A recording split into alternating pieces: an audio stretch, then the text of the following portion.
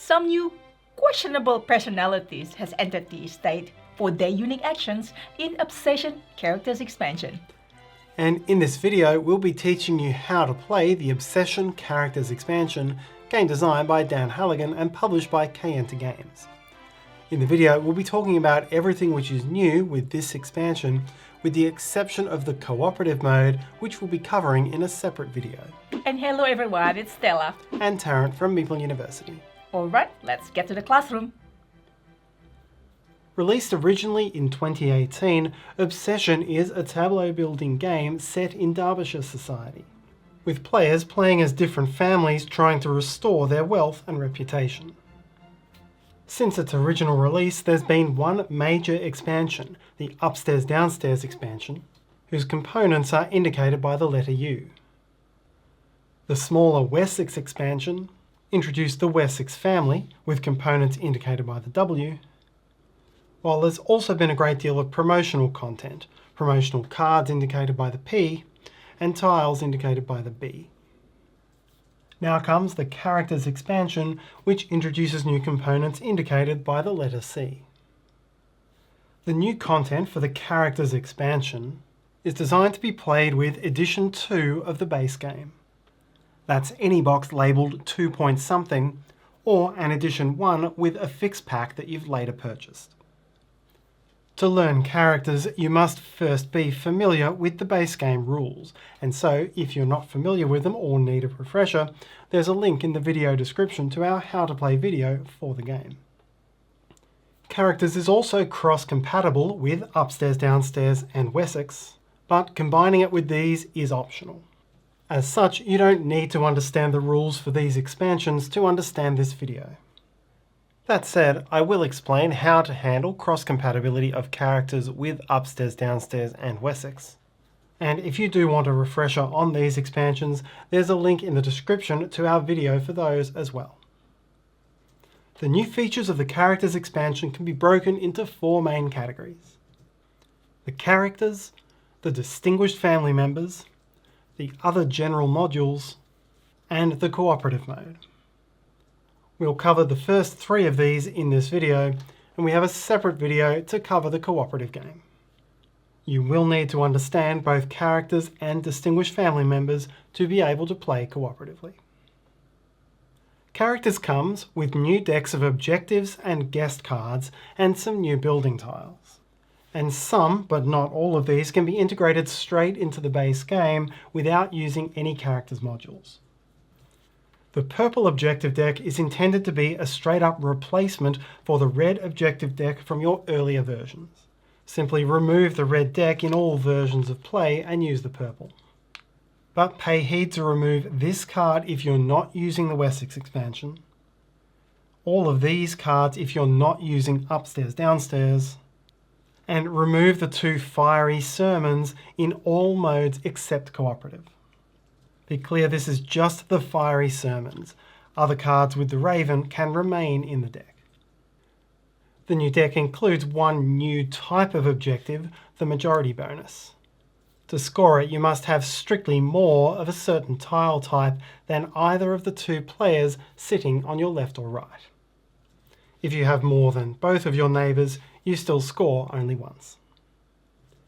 There are 3 new pairs of tiles, each treated differently. The pony and trap are new, and you simply add them to the bag. For the business rooms, add them to the bag only if you don't already have business rooms from a previous expansion. If you do already have business rooms in your collection, then you can leave these 2 aside. And for the West Terrace, replace any previous West Terraces from previous expansions with the new West Terraces. Then there's a number of new guest cards which can be split into 5 categories. The ones with the Raven and labelled Sneed family are used only in the cooperative mode. The ones labelled Exile are used in the Characters module. The family cards with the purple frame around one or more of the favours are used for the Distinguished Family Members module. The new Charles Fairchild card is a substitute card, and you can swap it out with the one from the base game if you want a more powerful Charles Fairchild.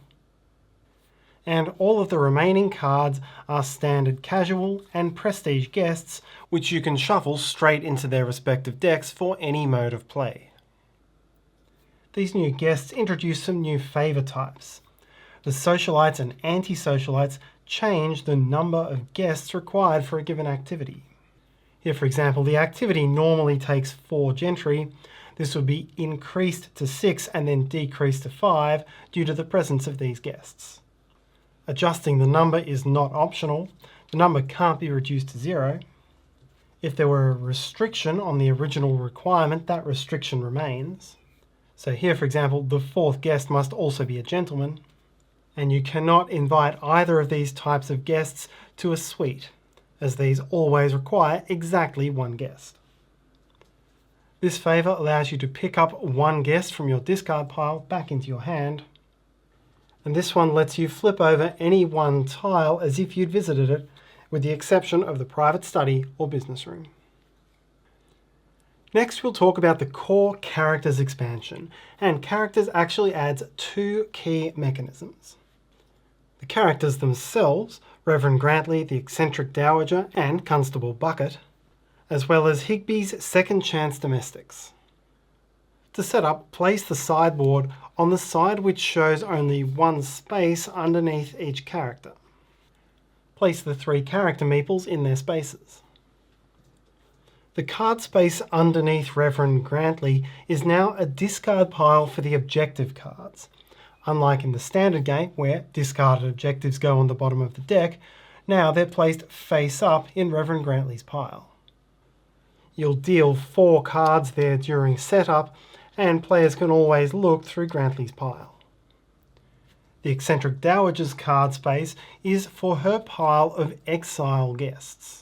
She knows some peculiar people, and those are in the form of these exiles, so place the 4 exiles from this expansion onto that pile in any order. If you have them from upstairs downstairs, also add Sir Alistair Lees, Sir Charles Fitzwilliam, and optionally Aston Webb and Freifrau von Ludwigsdorf. Although not marked as exiles, these are also treated as exiles. Finally, add second chance servants to Higby's second chance domestics box. This will be 1 second chance footman, 1 second chance valet, and 1 second chance lady's maid per player in the game. The second chance servants are the same colour as the standard servants, but much more raggedy in appearance. And that's because they're not particularly well-trained servants. As we'll see, you'll have the option to use them in the game, but making use of their dishevelled service will cost you some reputation. You're now ready to play. Guests in Obsession are split into 3 main categories: family, casual, and prestige. In the characters expansion, the casual guests are further split into 2 subcategories: respectable and unsavoury. An unsavoury guest is any casual guest with any red-coloured frame on the favours provided or the victory points. A respectable guest has no red frames. Both types are still shuffled together into a single casual deck, but other effects in this expansion will combo based on whether they are unsavoury or respectable. Neither family nor prestige guests are ever considered unsavoury, even if they have red frames.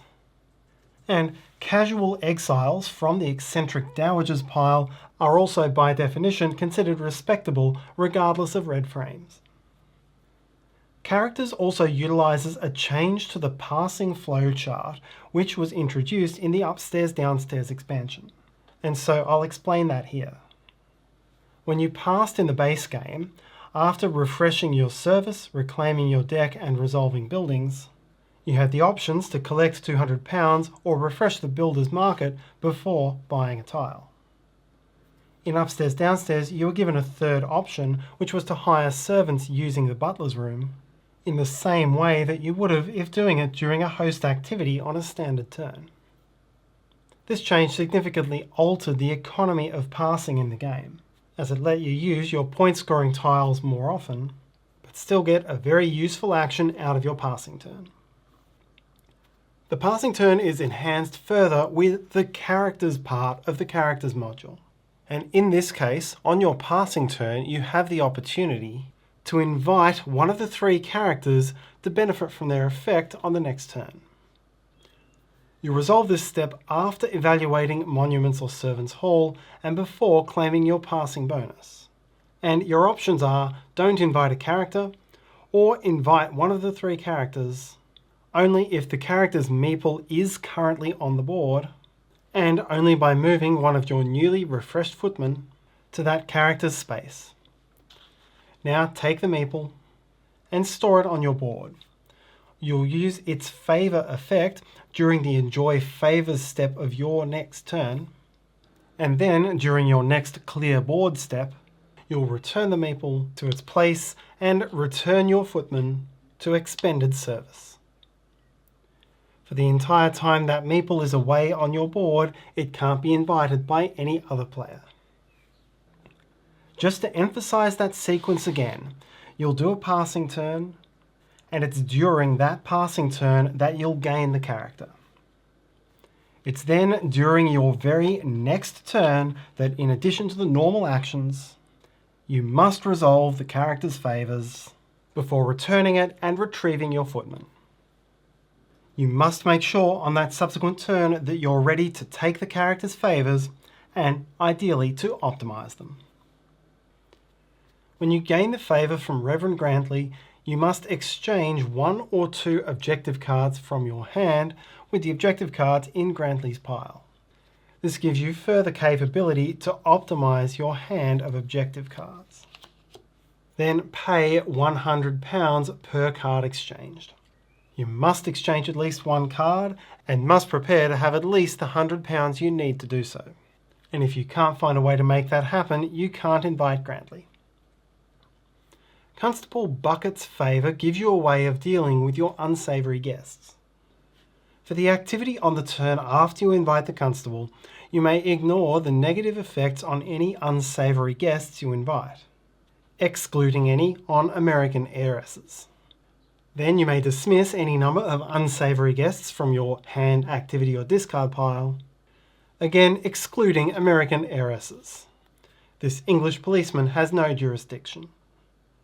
You must dismiss at least 1 guest through the constable's effect, and you're not allowed to invite him if you can't. Finally, for getting the law involved, you lose 2 reputation before returning him to the board.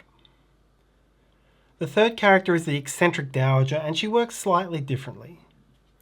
Immediately upon taking the dowager, look through the dowager's exile pile and choose any one of those guests to invite to your hand.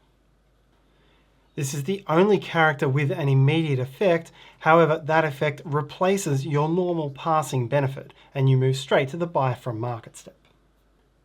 Then on your next turn's activity, you may optionally invite 1 additional guest, following the same rules as one of the new socialite guests before returning her to the board.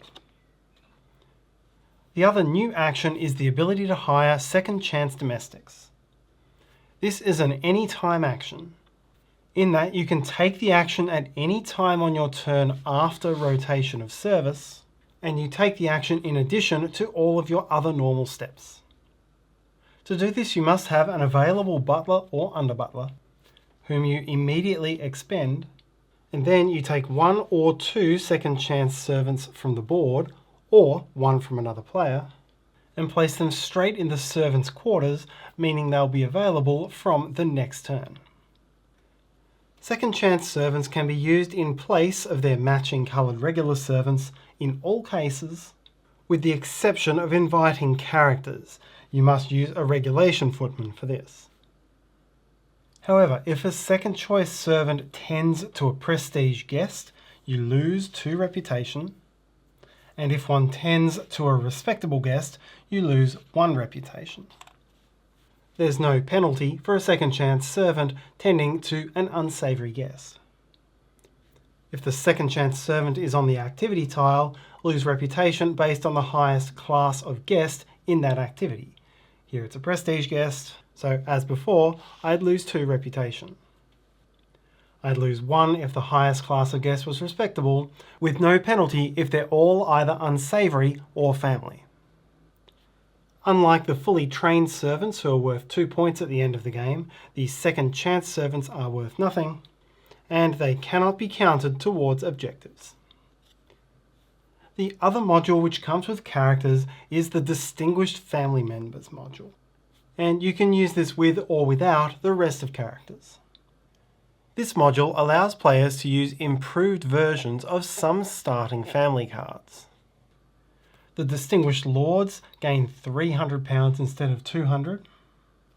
The Distinguished Ladies feature a new favour, allowing you to ignore the service requirement on any one other guest in an activity. The Heirs reward increases the amount of money or reputation gained. And the heiress now returns a family card to hand instead of inviting a casual guest, and the admirer bonus goes up from 2 reputation to 3. Asquith's unique dowager family member has a new favour to refresh one servant. Her money favour also goes up from 100 to 200.